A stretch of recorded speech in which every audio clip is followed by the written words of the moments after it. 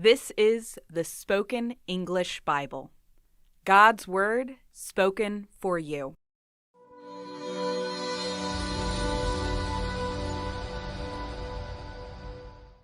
To the Honorable Theophilus, here I am sending you the story of Jesus' life that I've put together so that you can know that the things that you've been taught are true.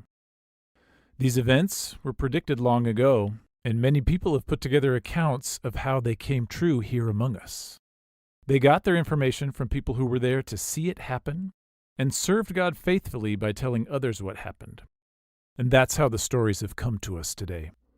So with this in mind, and since I've already carefully researched everything that has happened, going back to the very beginning, I thought it was a good idea to go ahead and put together this organized version for you.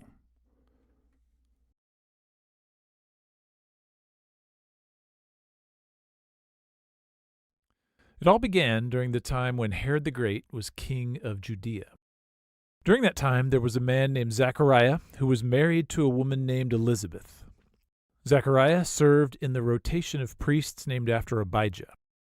And Zechariah and Elizabeth were both descendants of Aaron, who was Israel's first priest. They both did everything that God considered to be right.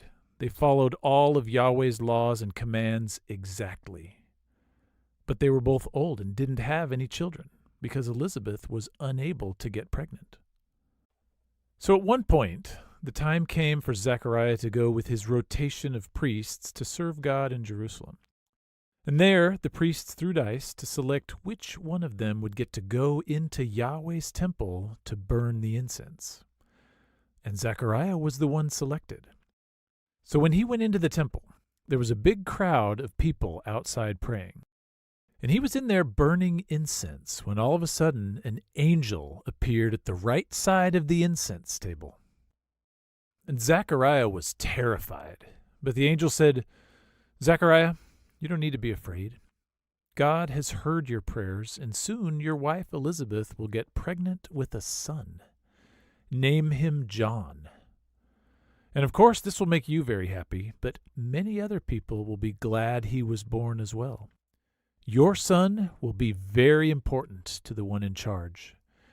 He'll have to spend his whole life without drinking any alcohol. And even before he's born, he will be full of God's Spirit. He'll be the one to turn many of the people of Israel back to God as the one in charge. He'll prepare the people for God to come to them. He'll be like another Elijah, like him in both his personality and his powerful presence. He'll get rebellious people to want to do what's right and get parents to make things right with their kids. He will prepare the people for the one in charge to come to them."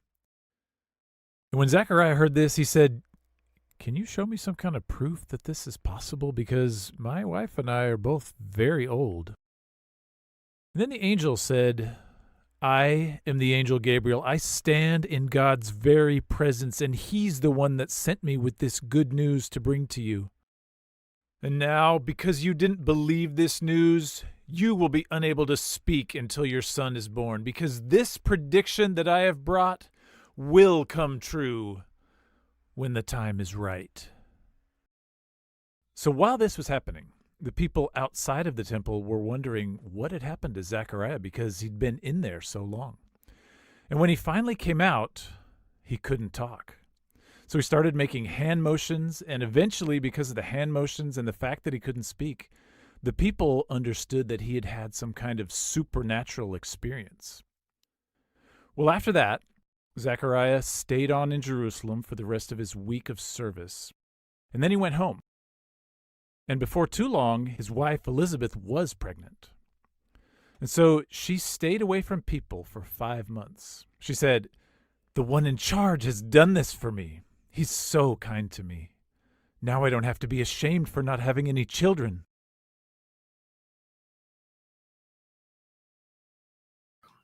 When Elizabeth had been pregnant for 6 months, God sent the angel Gabriel to a young woman named Mary. She lived in a little village named Nazareth in the region of Israel called Galilee. She was engaged to get married to a man named Joseph, who was a descendant of King David. She had kept her virginity her entire life. And so Gabriel came and greeted her and said, "Mary, the one in charge is with you and has chosen you for something very important." But Mary was really confused by this. She didn't know what to think about what this angel was saying. And so Gabriel said, "Mary, you don't need to be afraid. God has chosen you for something very important. Soon you are going to be pregnant. You'll have a boy. Name him Jesus. He is going to be incredible. He's going to be known as the Son of the God of all creation. And God, the one in charge, will make him King of Israel. He'll give him the authority that his ancestor David had. And he will rule over Israel forever. He will always be king." And Mary said, how is this possible? I'm not married yet." And Gabriel said, "God's Spirit will come to you, and the power of the God of all creation will be over you. And so this child of yours will be fully dedicated to God. He will be God's son." You know, your relative Elizabeth, the one that nobody thought was ever going to be able to get pregnant? Well, now, even though she's old, she's 6 months pregnant. And this is because nothing is impossible for God. And so Mary said, "I want whatever God wants. He's the one in charge. My life is his." And then Gabriel left.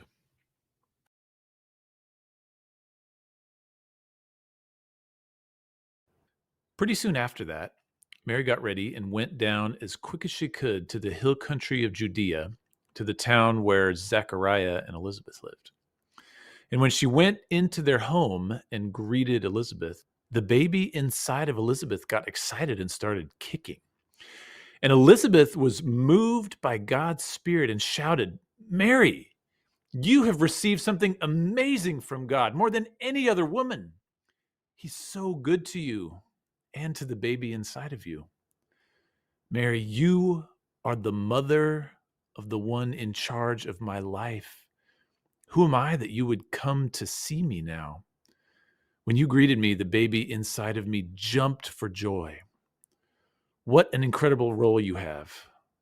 And it's because you trusted that God is in charge and believed that his message to you would come true."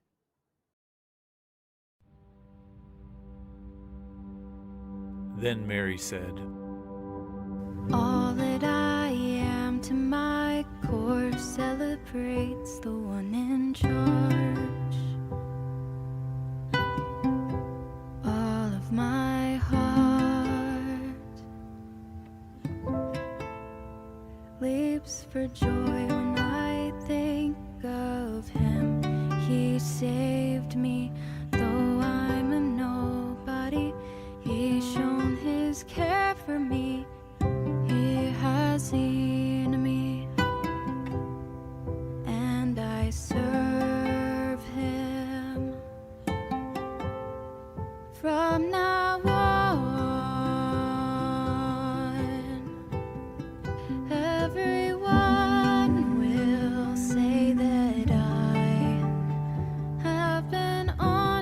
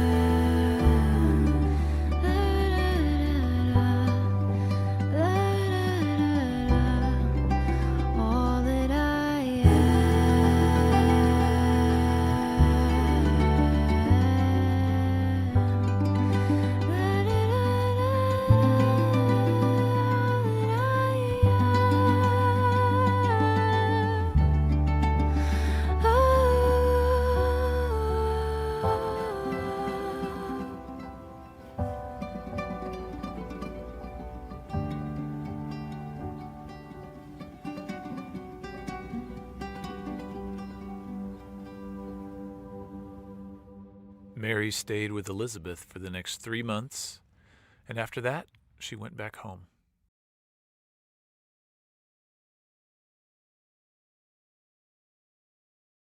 Soon, the time came for Elizabeth to have her baby, and it was a boy.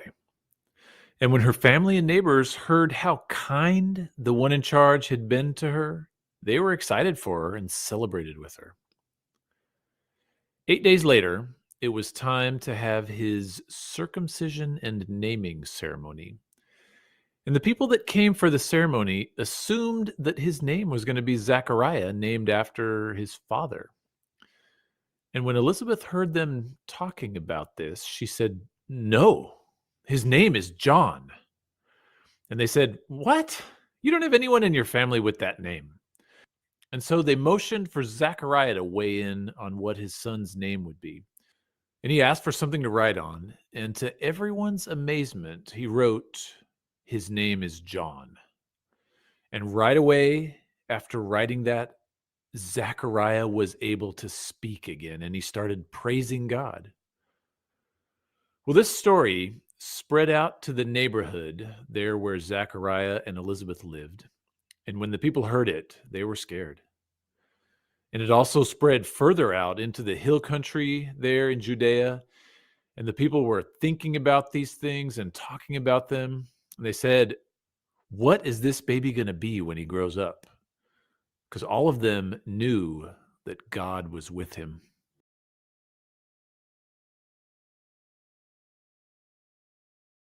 Then Zechariah was moved by God's Spirit, and he gave this message to everyone. Let us worship the one in charge. He has come to free Israel, his people, by sending a hero from the line of David to save us from evil men. In God's kindness he keeps his word, told by ancient messengers devoted to him, honoring the binding oath he made to Abraham, a sacred promise of protection so we never have to fear. As we devote our lives to him, he helps us do right. And you, my boy, will be a messenger for the God of all creation. You will prepare the way for the one in charge by telling his people the rescue plan, that they can be forgiven for the ways they fail God.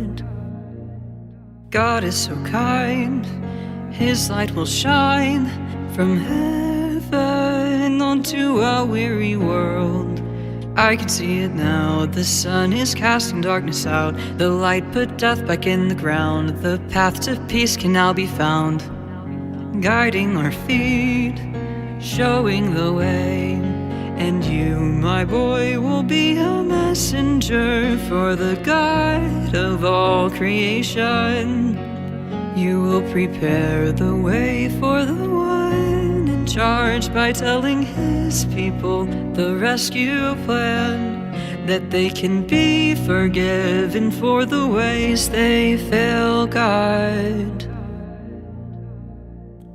After that, John grew up and became a man of conviction. He lived in the desert until it was time for him to make an appearance to the people of Israel.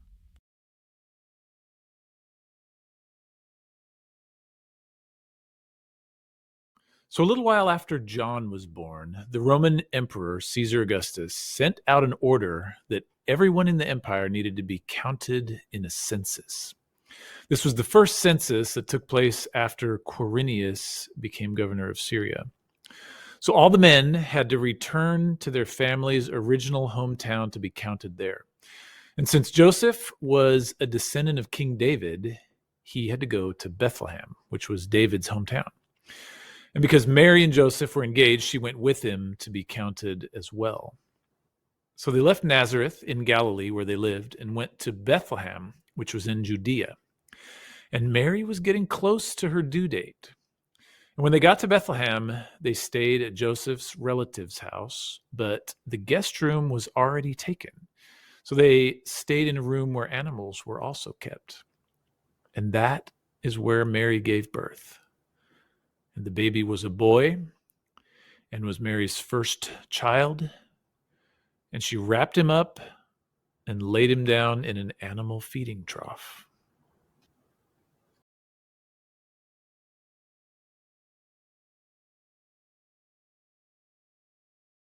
That night, in some fields outside of Bethlehem, there were some shepherds who were watching their sheep.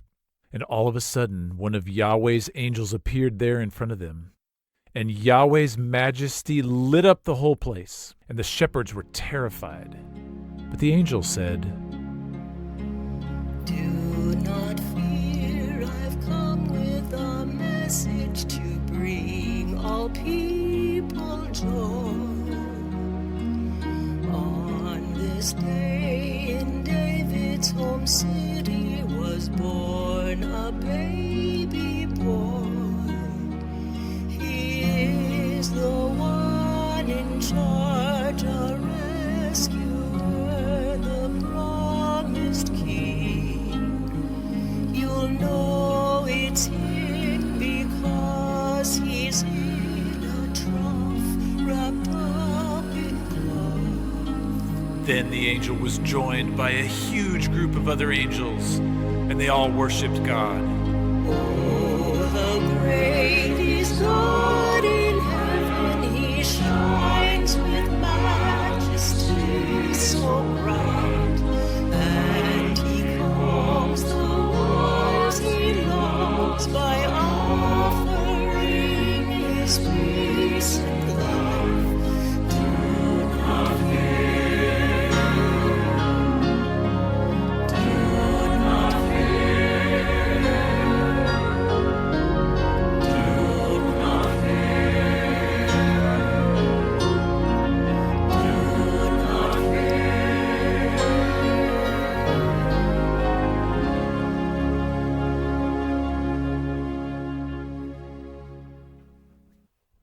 Well, after that, the angels went back up into heaven, and the shepherds looked at each other and said, "Let's go into Bethlehem and see this thing that the one in charge told us about." And so they rushed into Bethlehem, and they found Mary and Joseph, and there was Jesus lying in a feeding trough. And they told everyone there what the angels had said about him, and everyone was amazed. And this all had a big impact on Mary, and she started thinking deeply about everything that had happened. Well, after a little bit, the shepherds left and went back to their sheep. And as they went, they were talking about how awesome God is and worshiping him because everything that they had seen and heard was just like the angel had described. You've been listening to the Spoken English Bible. Please like, subscribe, and let us see your comments on what's encouraged you from this passage. To experience more passages like this, check out our playlist. To listen to this ad-free and to hear our full translation commentary, go to akuobible.org or download the Akuo app today.